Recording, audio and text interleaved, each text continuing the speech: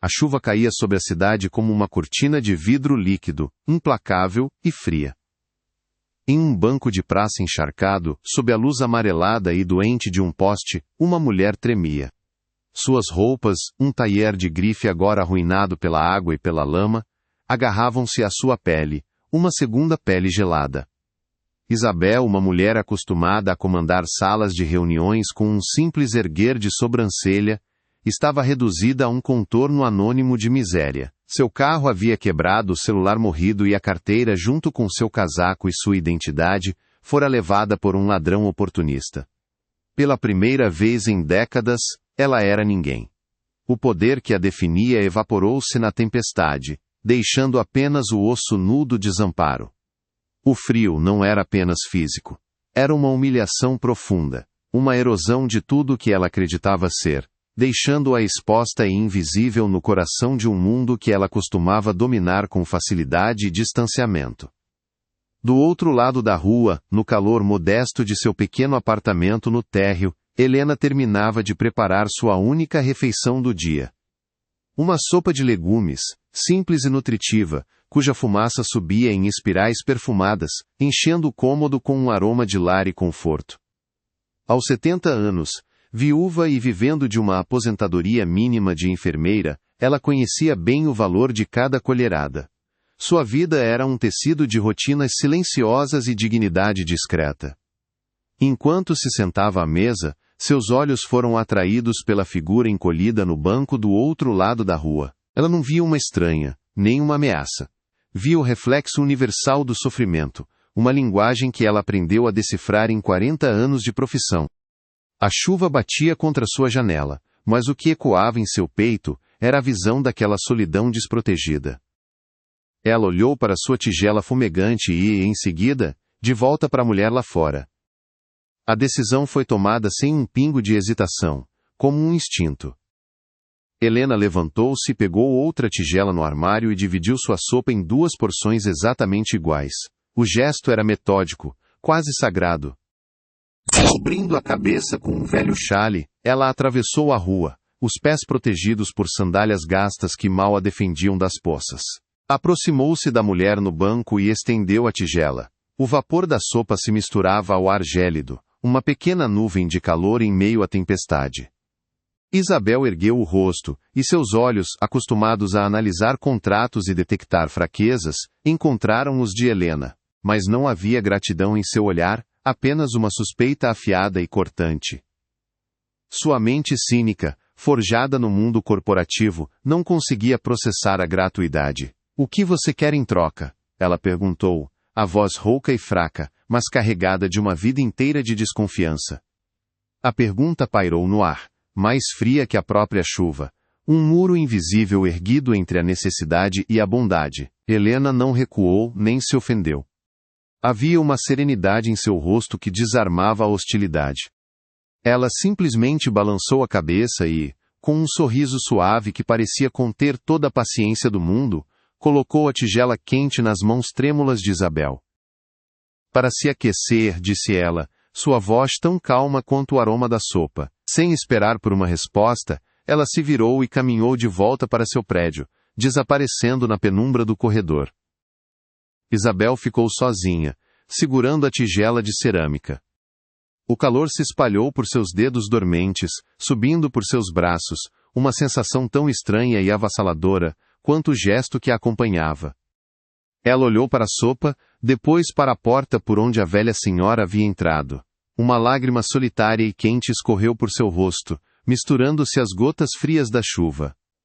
Era uma lágrima não de tristeza, mas de uma confusão tão profunda que abalou os alicerces de seu mundo. Se a bondade de Helena tocou seu coração, compartilhe esta história para que mais pessoas se lembrem do poder de um simples gesto. A sopa aquecia as mãos de Isabel, mas o calor mais profundo era uma afronta. Cada colherada era uma mistura de alívio e humilhação, um sabor de lar que ela não sentia há décadas, ofuscado pela suspeita que lhe era tão natural quanto respirar. Sua mente, um mecanismo treinado para identificar custos ocultos e agendas secretas em cada transação, trabalhava freneticamente, buscando a armadilha. Ninguém dava algo por nada. Era a primeira lição do mundo em que ela vivia, um axioma tão sólido quanto os arranha-céus que compunham seu horizonte. A bondade daquela mulher era uma anomalia, uma equação sem solução, que a irritava e a intrigava na mesma medida. Ela comia devagar, não para saborear, mas para dissecar o gesto, tentando encontrar o fio solto que revelaria a verdadeira intenção por trás daquele ato de aparente generosidade. Aquele calor simples e honesto era mais desconcertante do que qualquer negociação hostil que já enfrentara em sua carreira. Do outro lado da rua, Helena sentou-se à sua pequena mesa e comeu sua metade da sopa. Não havia um pingo de arrependimento em seu semblante, nem a sombra de um sacrifício. Para ela, o ato de dividir não era uma perda, mas uma reafirmação de sua própria humanidade, um princípio que guiara sua vida inteira como enfermeira. Ela cuidou de estranhos em seus momentos mais vulneráveis, viu a vida chegar e partir, e aprendeu que a compaixão era a única moeda que verdadeiramente importava. Enquanto comia, seus olhos se voltaram para a janela, não para vigiar a mulher do lado de fora, mas por um hábito antigo de observar o mundo passar. Sua solidão não era vazia, era preenchida por uma paz interior que o dinheiro não podia comprar e que a desgraça não conseguia abalar. Ela terminou sua refeição, lavou sua tigela e preparou-se para dormir, o incidente já se dissolvendo em sua memória como apenas mais um momento comum de um dia comum. Isabel terminou a sopa, o estômago agora aplacado, mas a mente em tumulto. O frio da chuva parecia menos cortante, substituído por uma inquietação interna que a impedia de relaxar. Ela segurava a tigela de cerâmica vazia com uma firmeza quase possessiva. O objeto era simples, provavelmente barato, mas agora parecia carregar um peso imenso. Era a prova física de um evento que desafiava sua lógica. Deixá-la no banco seria como apagar a evidência, como admitir que o gesto não significara nada. E, por alguma razão que ela não conseguia articular, aquilo importava. A tigela se tornou uma âncora para sua confusão, um símbolo tangível daquela bondade inexplicável. Ela se levantou, o corpo ainda dolorido e encharcado, e começou a caminhar sem rumo, apertando a tigela contra o peito como se fosse um escudo ou um tesouro de valor incalculável, uma relíquia de um mundo que ela não conhecia. A noite se arrastou lentamente. Isabel encontrou abrigo precário sob a marquise de uma loja fechada, o concreto frio se infiltrando em seus ossos. O sono não veio. Em vez disso, sua mente projetava repetidamente o rosto da velha senhora. A ausência de expectativa em seus olhos era o que mais a perturbava. Não havia súplica, nem esperteza, apenas uma serenidade desarmante. Isabel repassou sua vida, as inúmeras vezes em que usou sua riqueza para comprar lealdade, silêncio ou obediência. Tudo sempre tivera um preço. Aquele gesto, no entanto, parecia pertencer a uma economia diferente, uma baseada em valores que ela havia esquecido, ou talvez nunca conhecido. A semente do conflito não era com a mulher, mas consigo mesma. Uma fissura se abriu em sua armadura de cinismo, e através dela, uma luz incômoda e inquisidora começava a vazar, questionando os próprios alicerces de sua existência. Ao amanhecer, a cidade despertou lavada e indiferente. A luz pálida do sol revelou a figura patética de Isabel, uma executiva poderosa reduzida a uma sem-teto, com roupas de grife arruinadas e uma tigela de sopa vazia nas mãos. Pela primeira vez, ela viu o mundo da perspectiva dos invisíveis. Viu os olhares apressados que a evitavam, a indiferença calculada dos que passavam, o mesmo distanciamento que ela própria praticava todos os dias de sua vida. Cada rosto que a ignorava era um espelho de seu próprio comportamento. A experiência era profundamente humilhante, mas também estranhamente reveladora. A vulnerabilidade a forçou a enxergar uma camada da realidade que seu poder sempre a isolara. O mundo não era apenas um tabuleiro de xadrez para ser conquistado. Era um lugar de dor silenciosa e dignidade oculta, e ela estava, naquele momento, imersa em ambos. Com um esforço monumental de vontade, ela reuniu o que restava de sua autoridade. Caminhou até um hotel próximo, a postura ereta contradizendo sua aparência deplorável. O porteiro a barrou na entrada, o olhar carregado de desdém. Foi preciso usar o tom de comando que fechava negócios de milhões para convencê-lo a permitir que ela usasse o telefone. A voz dela, embora rouca, ainda carregava o peso inconfundível do poder. Ao ligar para seu assistente pessoal, a realidade começou a se reajustar. As engrenagens de seu império foram postas em movimento para resgatá-la de sua provação. A cada instrução que dava, sentia o controle retornando, a sensação familiar de estar no comando do universo. A humilhação da noite anterior começava a parecer um pesadelo distante, uma aberração que logo seria corrigida e esquecida. Enquanto esperava na calçada, agora com a promessa de resgate a caminho, o mundo de Isabel se dividiu em dois. De um lado, o universo de eficiência, luxo e poder que estava prestes a envolvê-la novamente. Do outro, a memória daquela tigela de sopa quente e do rosto sereno de uma estranha. Ela olhou para a tigela em suas mãos. Era um objeto anacrônico, um fragmento de um mundo simples e genuíno que colidira com o seu. Por um instante, pensou em simplesmente deixá-la ali, abandonar a prova de sua fraqueza. Mas não conseguiu. A tigela não era mais um símbolo de sua humilhação, mas de uma dívida. E Isabel sempre pagava suas dívidas.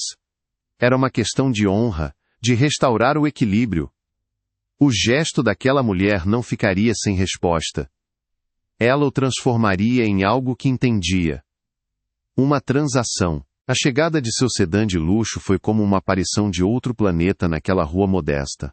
O carro, preto e reluzente, parou silenciosamente diante dela. O motorista, impecavelmente uniformizado, saltou para abrir a porta, o rosto uma máscara de profissionalismo, ignorando o estado lastimável de sua chefe. O contraste era brutal, a opulência do veículo contra a miséria de sua passageira e a simplicidade do bairro. Ao entrar no interior de couro, o cheiro de riqueza e poder a envolveu como um manto familiar, o mundo voltou ao seu eixo. A porta se fechou com um baque surdo, selando o caos do lado de fora. Por um momento Isabel fechou os olhos, respirando fundo, sentindo o poder fluir de volta para suas veias. Ela estava de volta ao seu trono. Sentada no banco de trás, ela instruiu seu motorista. Sua voz era fria e precisa, desprovida de qualquer emoção. Ela não pediu para ir para casa nem para o escritório. Deu um endereço. Em seguida, olhou pela janela escura, na direção do prédio modesto onde a mulher da sopa vivia. Seu rosto não continha gratidão, mas uma determinação gélida. A bondade que recebera era uma anomalia que precisava ser categorizada, quantificada e, acima de tudo, neutralizada. Ela não podia permitir que um ato de caridade desinteressada permanecesse como uma variável solta em sua vida perfeitamente controlada. Ela iria retornar não para agradecer, mas para quitar a dívida, para provar a si mesma que tudo, absolutamente tudo, tinha um preço. Se você acredita que a verdadeira generosidade não pode ser comprada, acompanhe esta história para descobrir o que acontece a seguir. O carro arrancou suavemente, deslizando pela rua como uma sombra silenciosa. Isabel segurava a tigela de cerâmica em seu colo. O objeto parecia pequeno e frágil em meio ao luxo estéril do carro. Para seu motorista, era apenas um pedaço de louça. Para Isabel, era o centro de um problema complexo que ela estava determinada a resolver com os recursos que sempre usara: dinheiro e influência. Ela ainda acreditava estar no controle, convencida de que poderia enquadrar a bondade de Helena em seus próprios termos, transformando um presente em um investimento, e uma conexão humana em um contrato liquidado. Ela estava a caminho de fechar o negócio mais importante de sua vida, sem perceber que a moeda de troca era sua própria alma. A semente do conflito estava plantada, não entre duas mulheres, mas dentro do coração de uma delas. A jornada de volta ao seu mundo era curta em distância, mas abismal em significado. Cada quarteirão que o carro avançava, a afastava mais da vulnerabilidade da noite anterior, reconstruindo a muralha de privilégios que a protegia. No entanto, a imagem da tigela de sopa e da mulher que a ofereceu, permanecia gravada em sua mente, uma anomalia persistente em seu sistema operacional. Ela não estava retornando para se curar, mas para impor sua ordem. Acreditava que, ao pagar generosamente pela sopa, estaria restaurando o equilíbrio natural do poder, colocando a velha senhora em seu devido lugar, o de uma beneficiária de sua magnanimidade. O que ela não compreendia era que o verdadeiro poder daquele encontro não estava em quem tinha mais, mas em quem estava disposto a dar tudo. A curiosidade do público estava agora firmemente estabelecida. Como essa força da natureza, movida pelo cinismo, reagiria ao encontrar uma força ainda maior, a da compaixão incondicional. No dia seguinte, o sedã preto e reluzente de Isabel cortou a modesta rua de Helena como uma navalha em um tecido gasto. O veículo parou com uma precisão silenciosa, um predador de metal e vidro em um ecossistema de simplicidade. Isabel emergiu, não a mulher encharcada e desamparada da noite anterior, mas uma figura esculpida em poder. Seu terno de linho cinza, cortado com perfeição, era uma armadura. Em suas mãos, não a tigela de cerâmica, mas uma pasta de couro italiano, fina e rígida. Ela caminhou em direção ao prédio com passos medidos, o som de seus saltos no pavimento úmido ecoando como marteladas.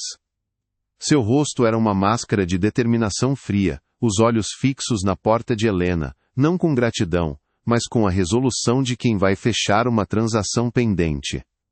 A missão era clara: apagar a anomalia da noite anterior, restaurar a ordem natural de seu universo, onde tudo, inclusive a bondade, podia ser quantificado, pago e finalmente arquivado. Helena abriu a porta, o rosto sereno de sempre, um leve sorriso de reconhecimento nos lábios. Não havia surpresa ou expectativa em seu olhar, apenas uma calma acolhedora que pareceu, por um instante, desarmar a postura rígida de Isabel. O interior do apartamento, com seu cheiro de ervas secas e madeira antiga, contrastava violentamente com o perfume caro e a presença imponente da visitante.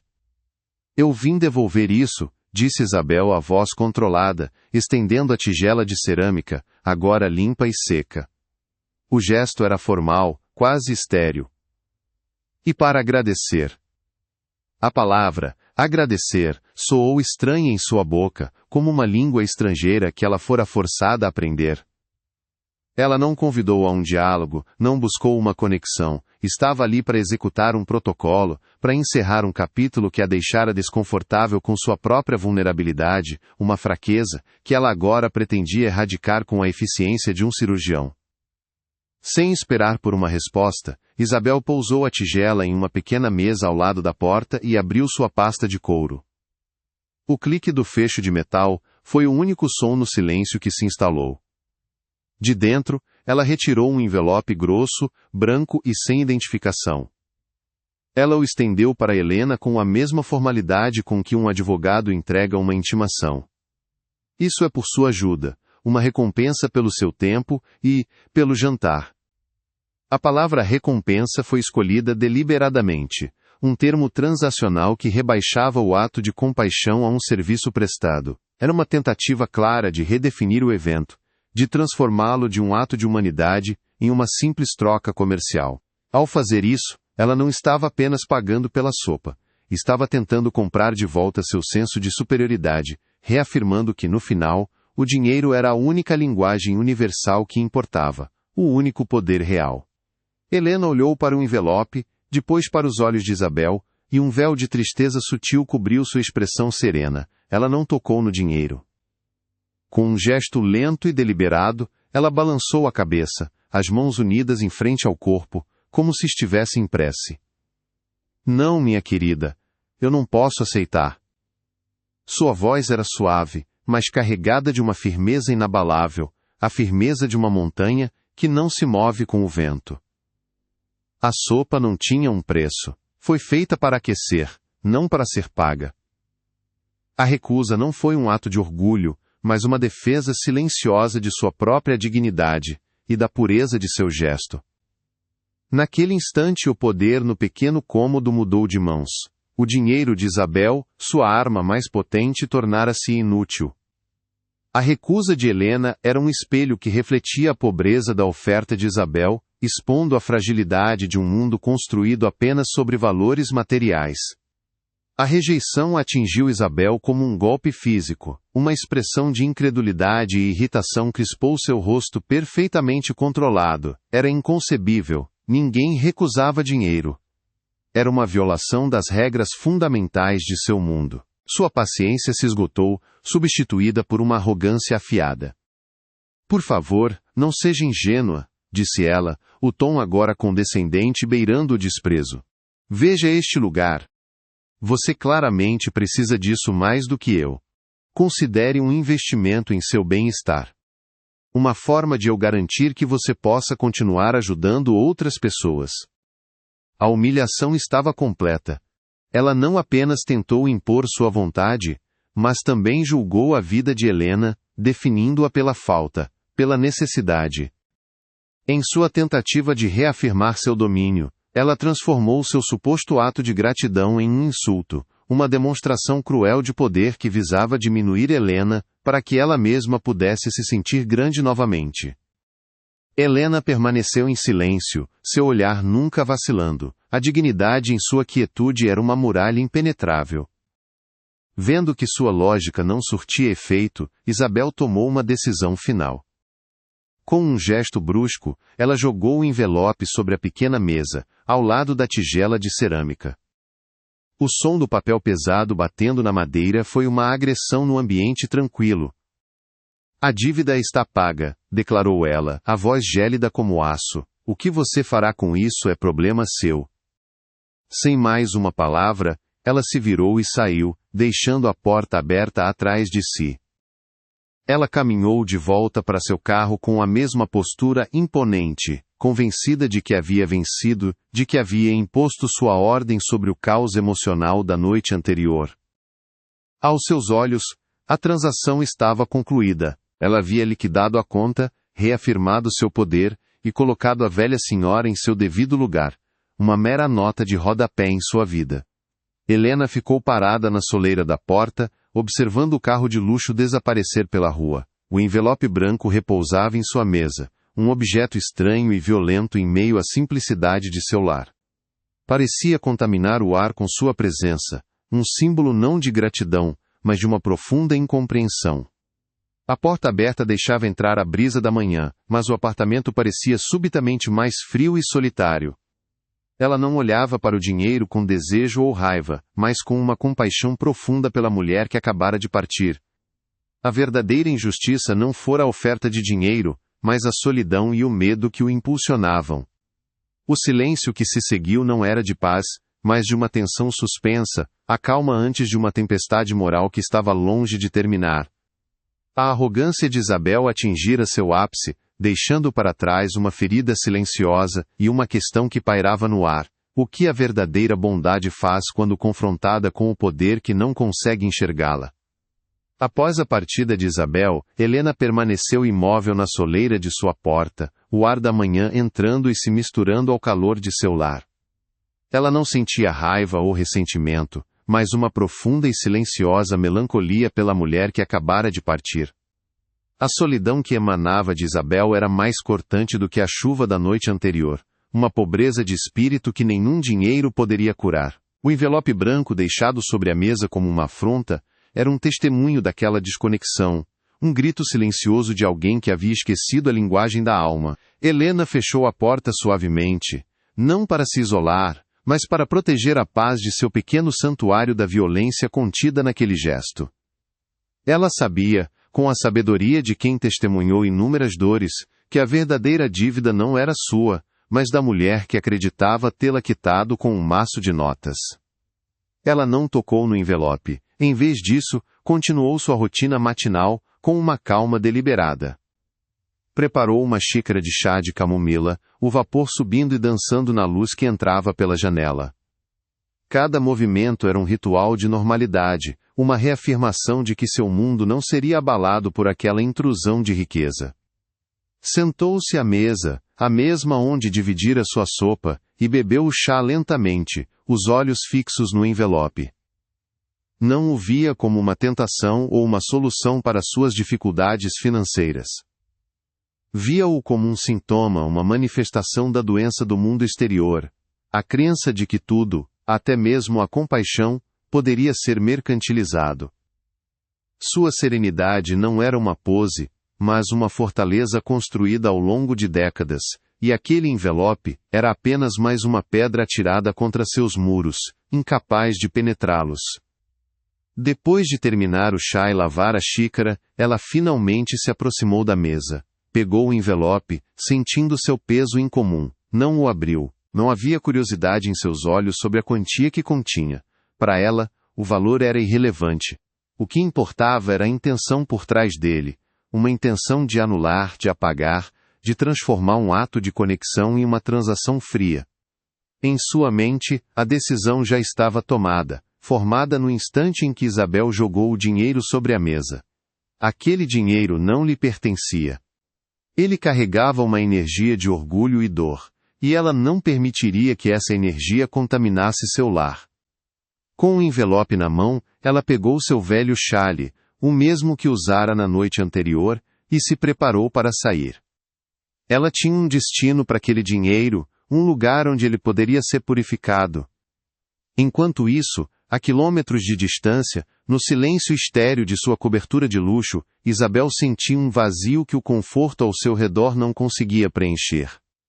As paredes de vidro mostravam uma cidade a seus pés, um reino que ela governava com mão de ferro, mas a sensação de poder que normalmente a preenchia estava ausente.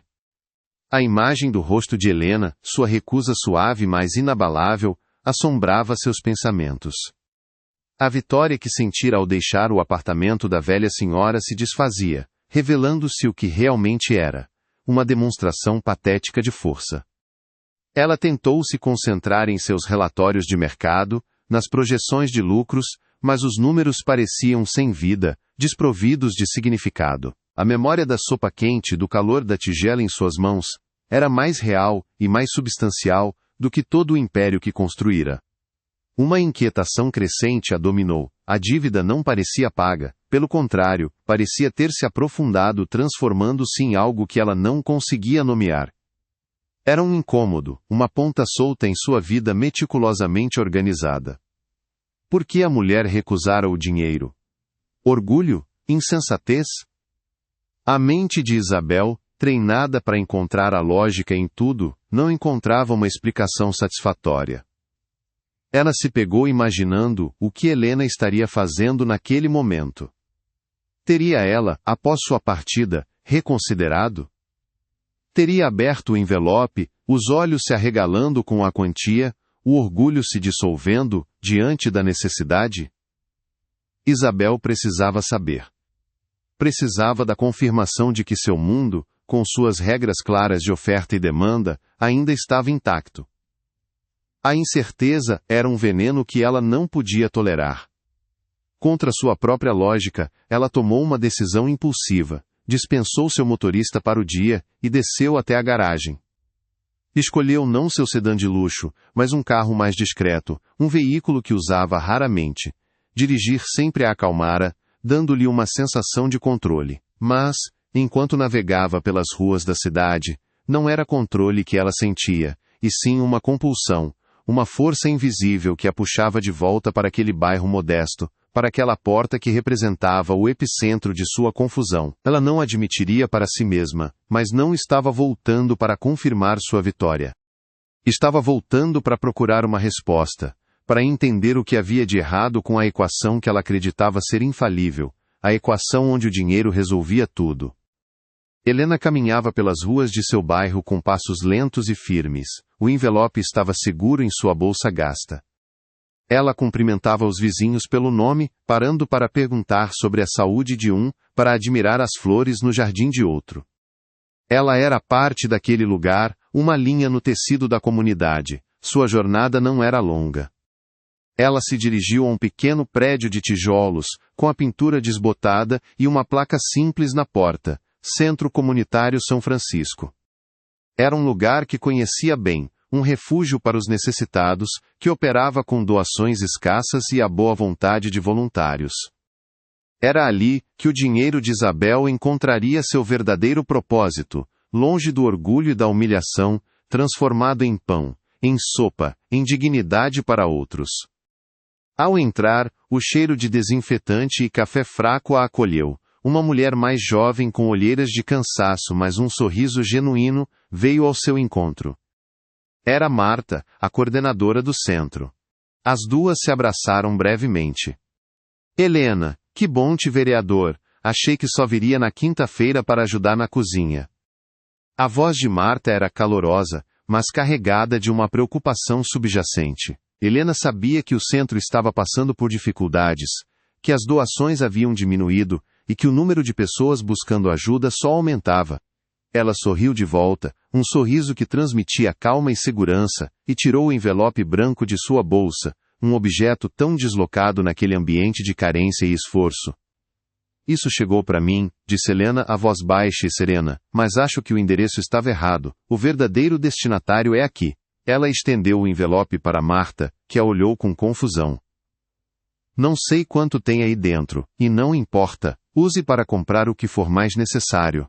Talvez um caldo mais reforçado para o jantar de hoje. A noite promete ser fria. Não havia cerimônia em seu gesto, nenhuma busca por reconhecimento. Era uma transferência simples e direta de recursos, de um lugar onde eles eram uma arma, para um lugar onde seriam um bálsamo. Marta pegou o envelope, sentindo o peso inesperado, os olhos cheios de uma gratidão que ela mal conseguia expressar em palavras. Isabel estacionou seu carro a uma distância segura, de onde podia observar a entrada do prédio de Helena sem ser notada. Ela se sentia uma intrusa, uma espiã em seu próprio drama. Sentada no silêncio de couro e metal polido, ela observou a vida simples da rua se desenrolar. Crianças brincando na calçada, vizinhos conversando sobre o muro, um ritmo de vida que lhe era completamente estranho. A espera foi curta. Logo, a porta do prédio se abriu e Helena saiu, caminhando com a mesma dignidade tranquila que a impressionara. Isabel se encolheu no banco, o coração batendo um pouco mais rápido. Agora viria a prova. Ela a seguiria e veria onde a velha senhora iria gastar seu recém-adquirido tesouro, confirmando, finalmente, que todos tinham um preço. Ela seguiu o caminhar lento de Helena, mantendo uma distância respeitosa. O trajeto era curto e a pé, o que já surpreendeu. Ela esperava que Helena pegasse um táxi, talvez para um shopping ou uma loja de departamentos. Mas não. A mulher simplesmente caminhava parando para cumprimentar pessoas, movendo-se com um senso de pertencimento que Isabel, em sua cobertura com vista para a cidade inteira, nunca sentira. A cada passo de Helena, a teoria de Isabel se tornava mais frágil. A mulher não parecia alguém que estava prestes a satisfazer um desejo reprimido. Parecia alguém cumprindo uma tarefa rotineira, um propósito silencioso que Isabel não conseguia decifrar, mas que a enchia de uma crescente e desconfortável admiração. Quando Helena entrou no modesto centro comunitário, a confusão de Isabel se transformou em um nó no estômago. O que ela estaria fazendo ali, pedindo mais ajuda? Reclamando de sua pobreza? As explicações cínicas ainda borbulhavam em sua mente, mas elas soavam cada vez mais fracas, mais desesperadas. Ela esperou no carro, os minutos se arrastando. A tensão era quase insuportável. Ela precisava ver, precisava da conclusão da história. A curiosidade, agora despida de arrogância, era pura e crua. Era a necessidade de entender um mundo cujas regras ela desconhecia completamente, um mundo onde a dignidade parecia valer mais do que uma fortuna. O silêncio dentro do carro era um espelho do silêncio de sua alma, que esperava por um veredito. Helena saiu do centro poucos minutos depois, com as mãos vazias e a mesma expressão serena. Ela não carregava sacolas de compras, não exibia nenhum sinal de aquisição. Ela simplesmente retomou seu caminho de volta para casa, como se nada de extraordinário tivesse acontecido. Para Isabel, aquela imagem foi devastadora. A ausência de mudança era a mudança mais profunda de todas. Impelida por uma força que já não era suspeita, mas uma necessidade visceral de verdade, ela desligou o carro, saiu, e caminhou em direção à porta do centro comunitário. Seu coração martelava contra as costelas. Ela estava prestes a cruzar um limiar, não apenas físico mas existencial, e sabia, com uma certeza aterrorizante, que o que encontrasse do outro lado poderia despedaçar sua visão de mundo. Ela entrou no centro de forma hesitante, o ambiente simples e limpo, contrastando com a opulência de sua vida. No pequeno escritório de recepção, ela viu a voluntária, Marta, sentada a uma mesa, o envelope branco aberto à sua frente. Havia uma montanha de dinheiro sobre a mesa, mais do que Isabel imaginara, mas não era o dinheiro que prendeu sua atenção, era a expressão no rosto de Marta. Ela não contava as notas com avidez. Ela as olhava com lágrimas silenciosas escorrendo por seu rosto, as mãos unidas como em uma prece.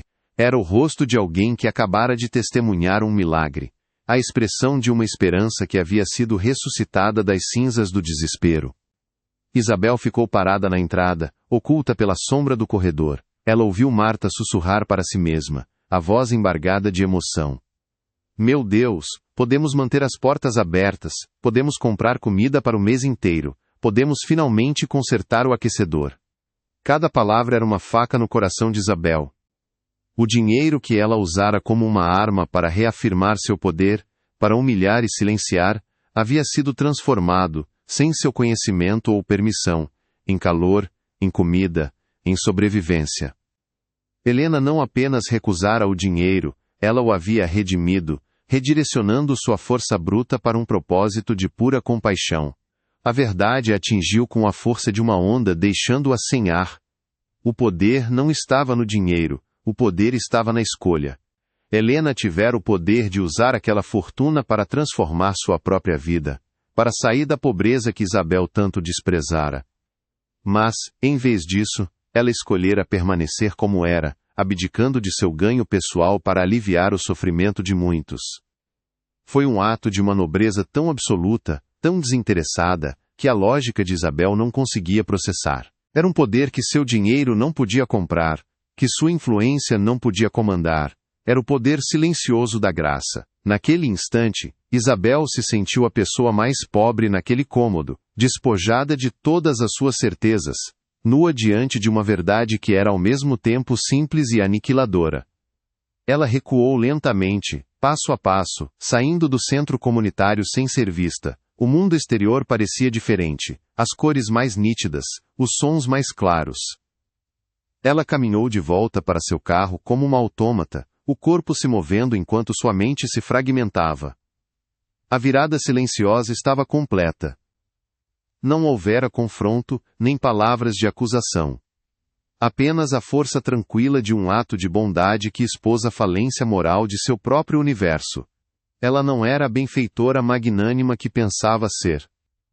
Ela era aluna ignorante, e uma velha senhora com nada além de uma tigela de sopa e um coração imenso, acabara de lhe dar a lição mais devastadora e importante de sua vida. Dentro do carro o silêncio era absoluto. Isabel segurou o volante com as mãos trêmulas, mas não ligou o motor.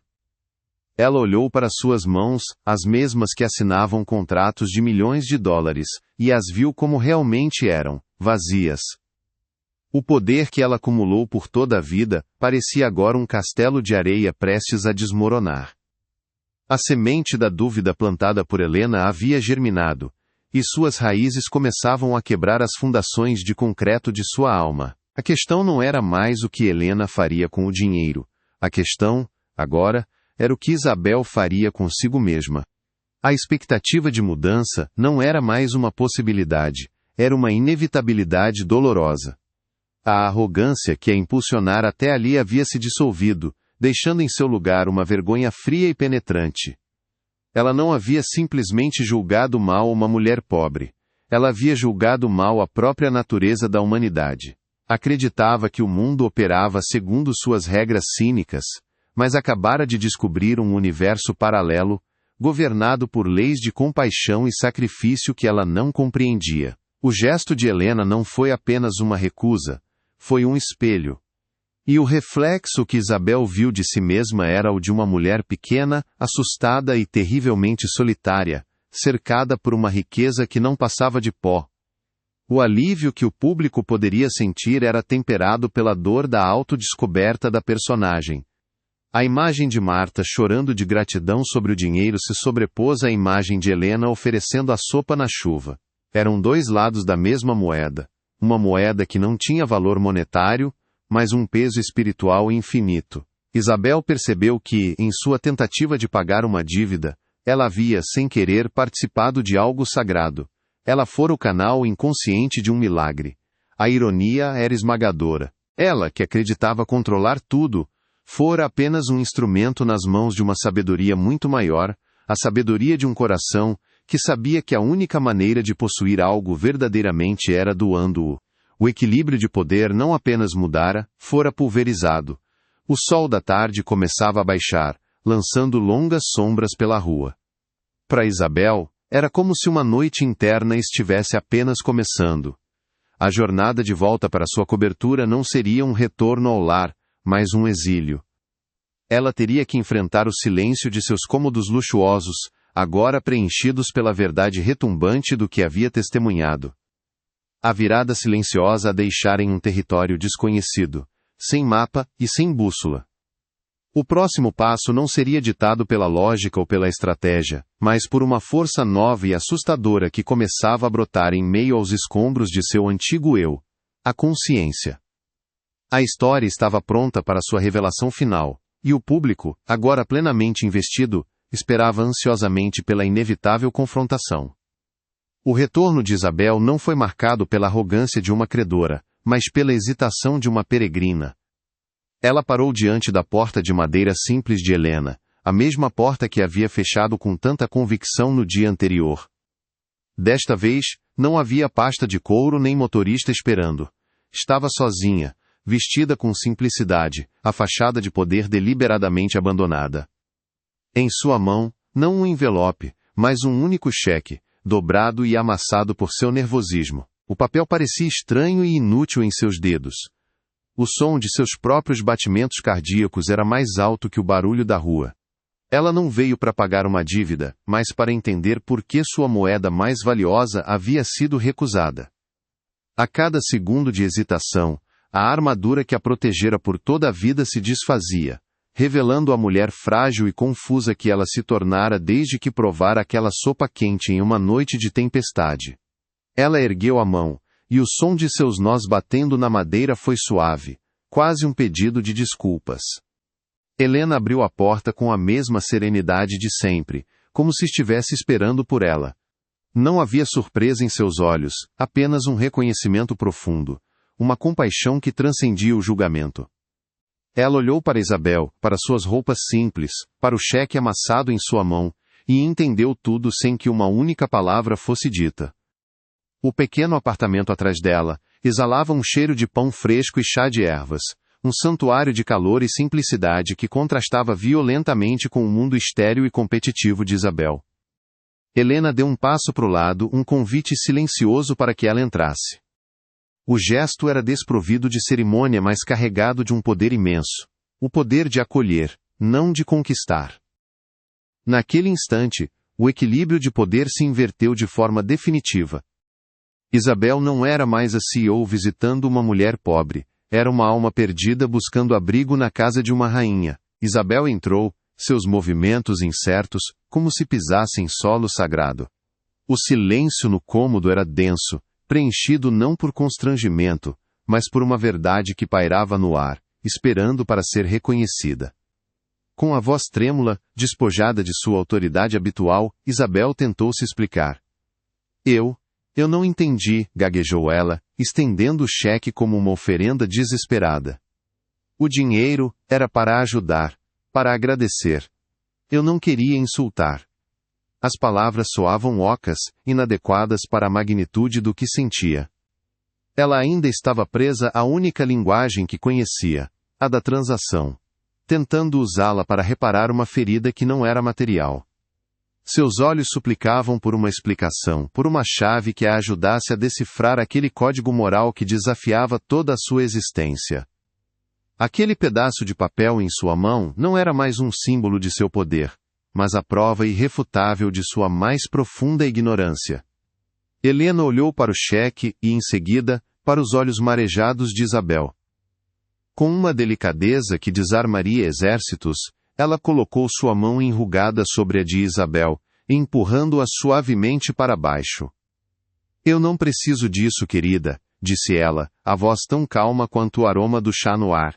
Aquela sopa foi para aquecer seu corpo, não para comprar sua gratidão.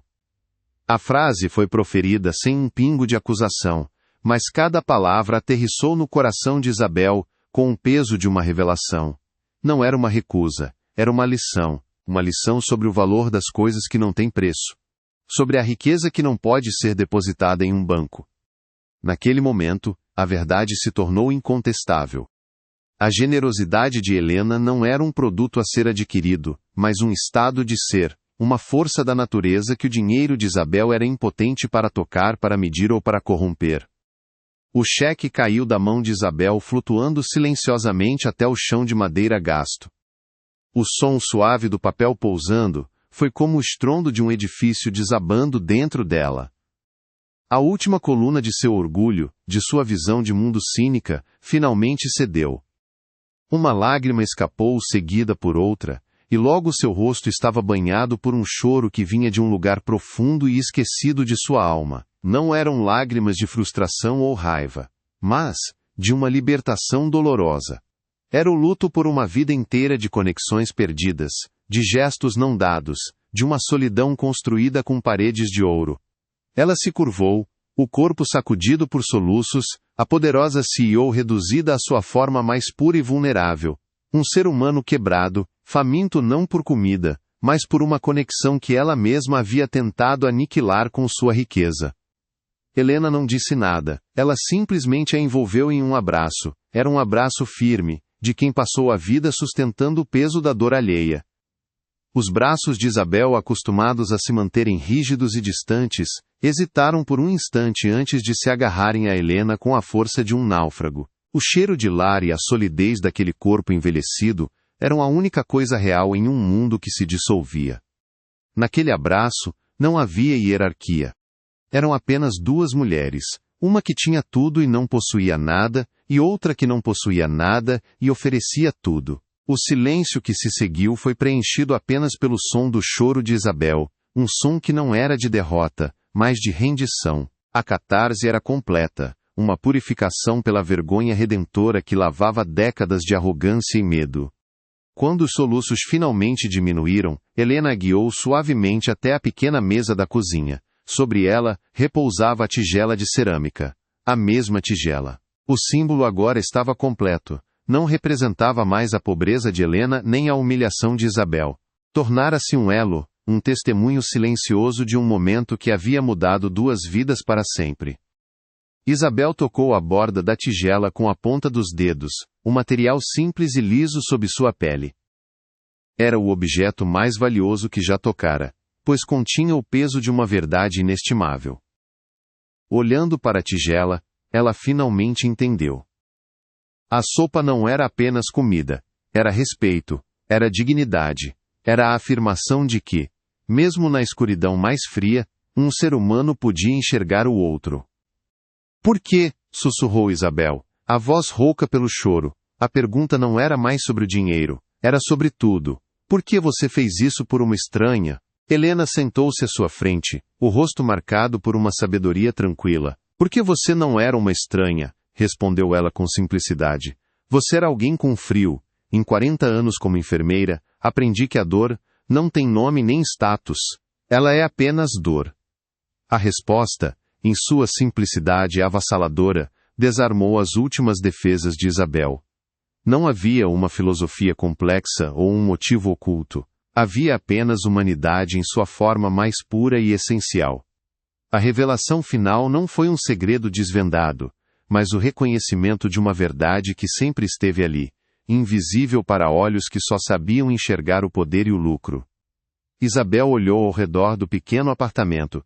Pela primeira vez, ela não viu pobreza, viu riqueza. Viu uma vida vivida com propósito, com dignidade, com uma paz interior que todo o seu império financeiro não conseguia lhe proporcionar. Cada objeto simples contava uma história de cuidado e contentamento.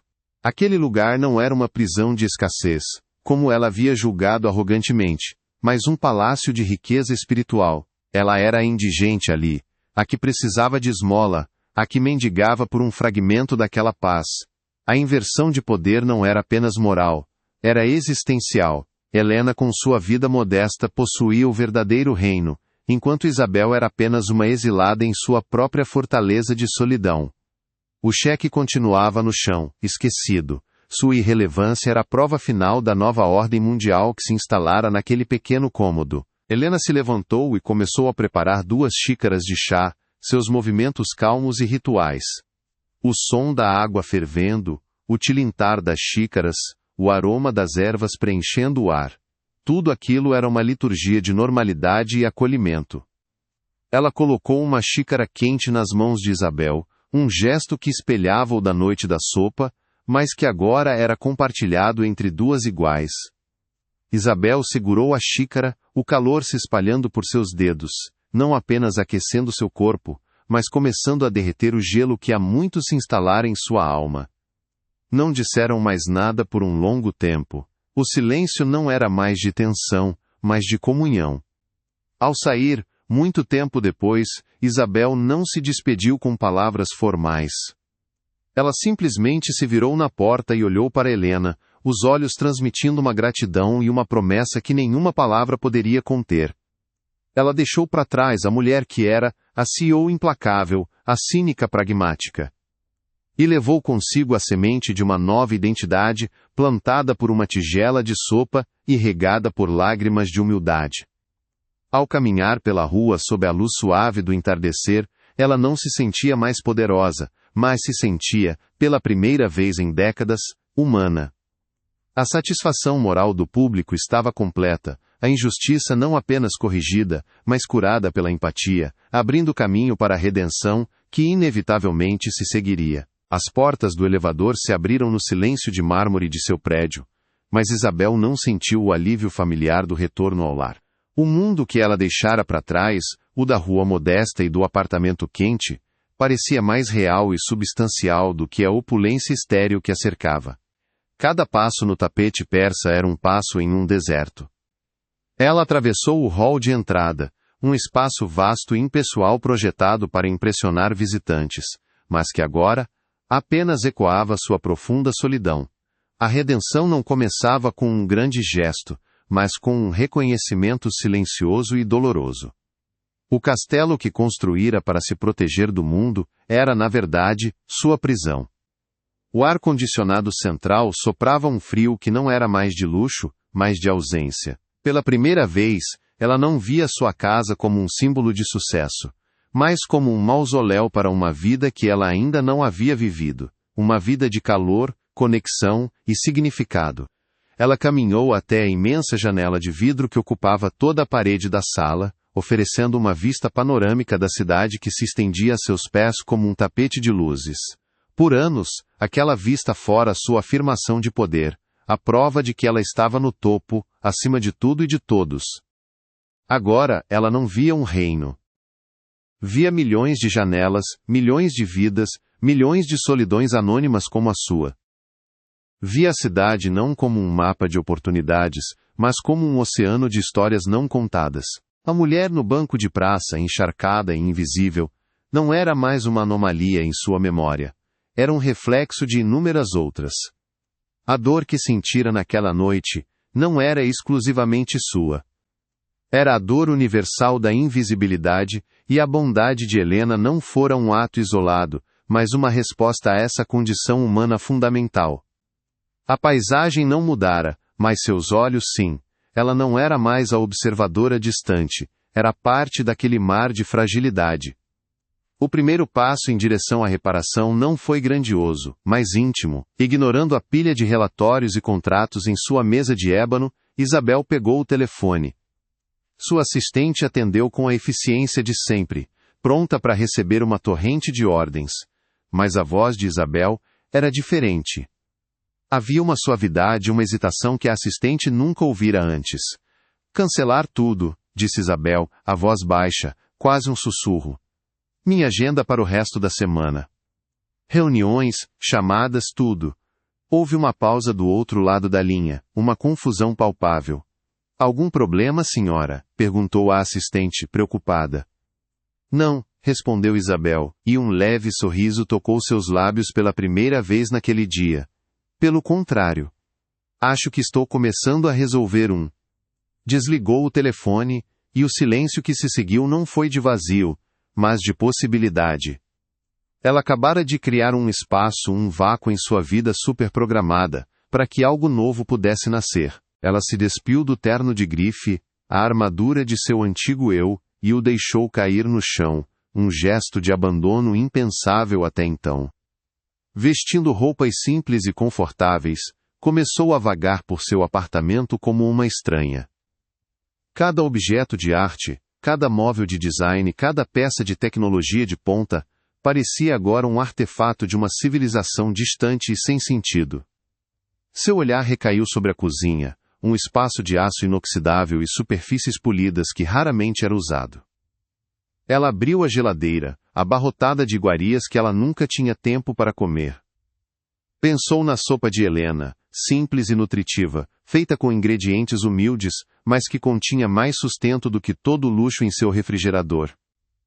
Fechou a porta e sentiu uma fome que não era física.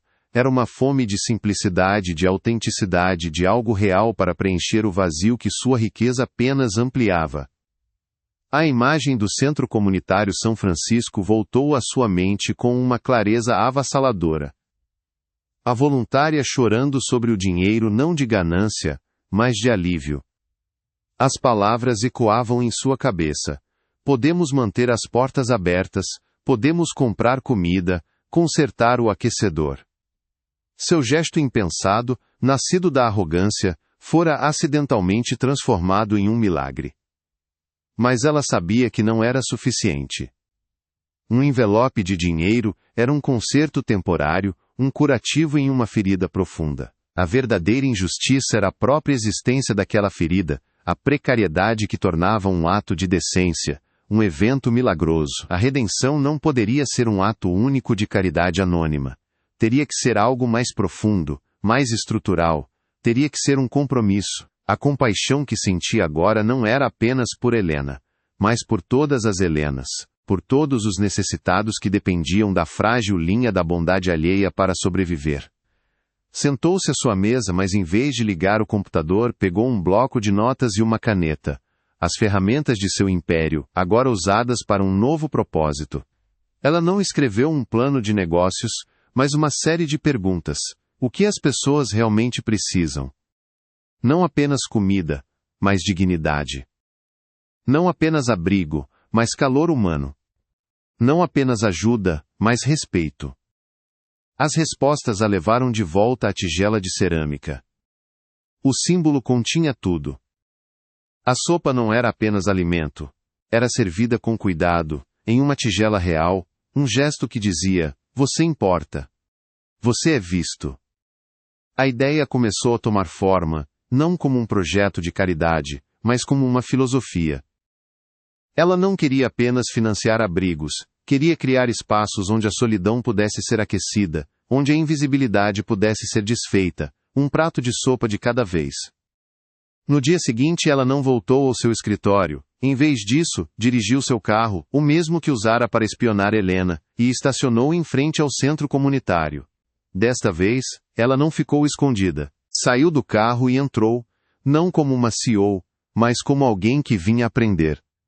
Encontrou Marta, a coordenadora, organizando latas de alimentos em uma prateleira. Marta reconheceu vagamente, mas não fez a conexão. Isabel se apresentou com seu primeiro nome, apenas Isabel. Eu gostaria de ajudar, disse ela, a voz firme, mas humilde. Não com dinheiro. Quero entender. Quero ouvir. Posso trabalhar como voluntária por um dia? Marta, acostumada a ofertas de ajuda, mas raramente de alguém tão bem vestido, ficou surpresa, mas assentiu. Temos muitas caixas para descarregar e uma cozinha para limpar, disse ela, testando o compromisso da estranha. Perfeito, respondeu Isabel, sem hesitar. Aquele dia foi a experiência mais exaustiva e gratificante de sua vida. Ela carregou caixas, esfregou o chão, picou legumes e serviu refeições para um fluxo constante de rostos marcados pela dificuldade, mas cheios de uma dignidade silenciosa. Cada pessoa que ela servia era um espelho da mulher que fora naquela noite chuvosa. Em seus olhos, ela não via pena ou fraqueza, mas resiliência. Ouviu suas histórias, não como uma executiva coletando dados, mas como um ser humano ouvindo o outro. A tensão em seus ombros, acumulada por anos de batalhas corporativas, começou a se dissipar, substituída por uma dor muscular honesta e um cansaço que trazia paz. Ao final do dia, sentou-se com Marta, compartilhando uma xícara de café fraco e pão doado. Naquele momento, naquela cozinha simples, ela se sentia mais rica e mais poderosa do que jamais se sentira em sua cobertura. Você sabe, disse Marta, olhando para Isabel com uma nova curiosidade, uma senhora muito gentil doou uma quantia que salvou este lugar na semana passada. Ela disse que o dinheiro tinha encontrado seu verdadeiro endereço.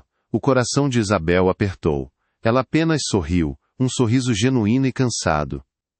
Existem pessoas boas no mundo, respondeu ela, a frase soando verdadeira em sua boca pela primeira vez.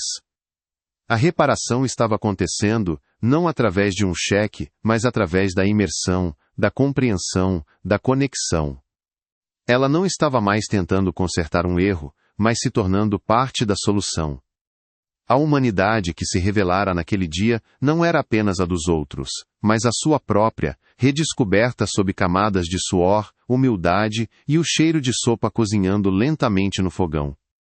Naquela noite, de volta a seu apartamento, Isabel não se sentiu mais uma prisioneira. O espaço começou a se transformar. Ela ligou para seu assistente novamente. Desta vez, as instruções eram claras e cheias de um novo propósito. Quero que você inicie os trâmites para criar uma fundação, disse ela. O foco será a segurança alimentar e a criação de espaços de acolhimento comunitário. Quero um modelo que priorize a dignidade acima de tudo. Ela fez uma pausa e olhou para a cidade iluminada. E o nome, continuou ela, a voz embargada por uma emoção que já não a envergonhava, será a Fundação A Tigela de Helena. A dívida não podia ser paga a uma pessoa, mas podia ser honrada ao multiplicar seu gesto infinitas vezes.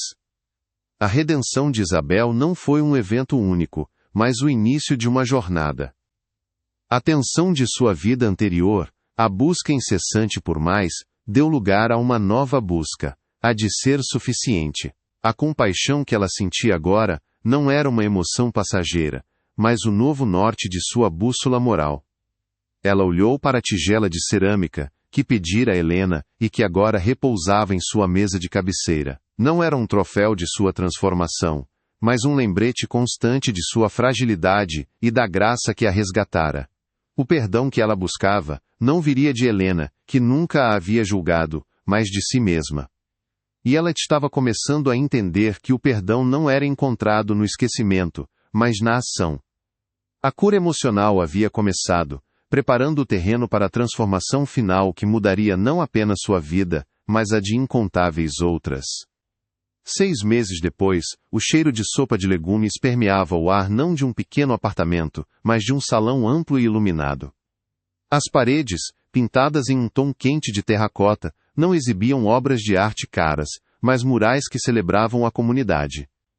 Mesas de madeira sólida, em vez de assentos de plástico frio, convidavam as pessoas a se sentarem e demorarem.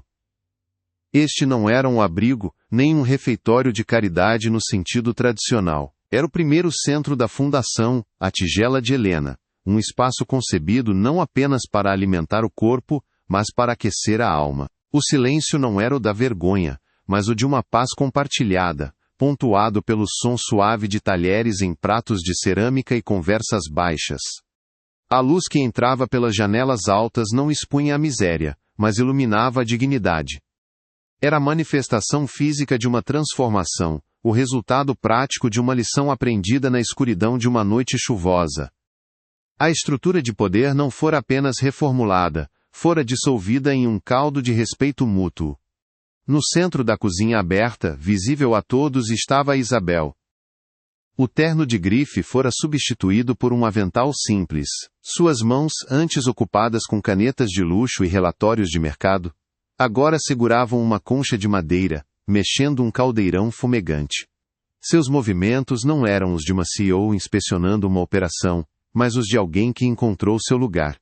Ela não dava ordens, ela servia.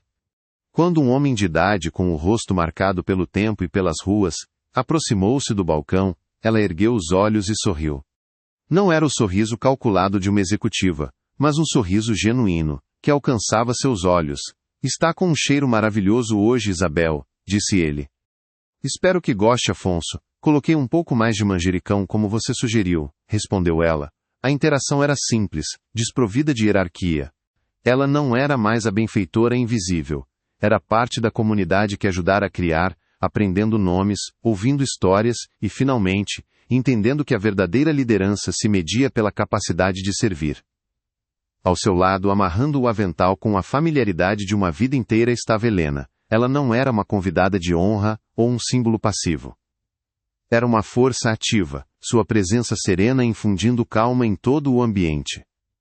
As duas trabalhavam em uma sincronia silenciosa, uma dança de gestos compartilhados, que não necessitava de palavras. Helena cortava o pão fresco, enquanto Isabel servia a sopa. Ocasionalmente, seus olhares se cruzavam sobre o vapor que subia do caldeirão, e um sorriso de cumplicidade passava entre elas. Não havia mais a dinâmica da salvadora e da salva, da rica e da pobre. Eram apenas duas amigas, duas mulheres unidas por um propósito comum. A antiga estrutura de poder, baseada em contas bancárias e status social, havia sido substituída por uma nova, baseada na força do afeto e do respeito mútuo. Helena não havia ascendido ao mundo de Isabel. Isabel é que finalmente encontrara o caminho para o mundo de Helena, um mundo onde o valor era medido em atos de bondade. Cada prato servido era uma réplica daquele primeiro gesto. As tigelas eram de cerâmica simples, pesadas e quentes ao toque, idênticas àquela que agora repousava na mesa de cabeceira de Isabel. O símbolo emocional fora multiplicado, sua mensagem ecoando em cada refeição. Quando Isabel entregava uma tigela a alguém, ela não estava apenas oferecendo comida, estava oferecendo reconhecimento. Estava dizendo, através daquele objeto simples, eu vejo você. Você importa. Você merece calor e dignidade. A sopa, a mesma receita simples que Helena lhe ensinara, tornara-se o veículo de uma filosofia. Não era mais um símbolo de escassez ou de um sacrifício solitário, mas um emblema de abundância comunitária, da crença de que sempre há o suficiente para dividir. A tigela ressignificada não era mais a relíquia de um momento, mas a ferramenta diária de uma revolução silenciosa, uma revolução contra a invisibilidade. Em um breve momento de calmaria, as duas se encostaram no balcão, observando o salão cheio. O som das conversas era como uma música suave. Você parece cansada, disse Helena, sua voz um murmúrio gentil. É o melhor cansaço que já senti na vida, respondeu Isabel, os olhos percorrendo os rostos das pessoas. Ela se virou para Helena, a gratidão em seu olhar tão profunda que era quase palpável. Obrigada, sussurrou ela. A palavra agora não era mais uma formalidade vazia, mas a expressão mais honesta de sua alma. Helena simplesmente colocou a mão sobre a de Isabel, um gesto de conforto e afirmação. Nós agradecemos, disse ela, olhando para o salão. O nós não se referia apenas às duas, mas a todos ali presentes, a todos que encontraram naquele lugar um refúgio. A compaixão se tornara a linguagem oficial daquele novo território. Um lugar onde a vulnerabilidade não era uma fraqueza a ser escondida, mas a ponte que conectava todos. A Fundação A Tigela de Helena era apenas o começo. Inspirada por essa nova visão, Isabel começou a transformar sua própria empresa de dentro para fora. As políticas de recursos humanos foram reescritas, priorizando o bem-estar dos funcionários sobre as margens de lucro.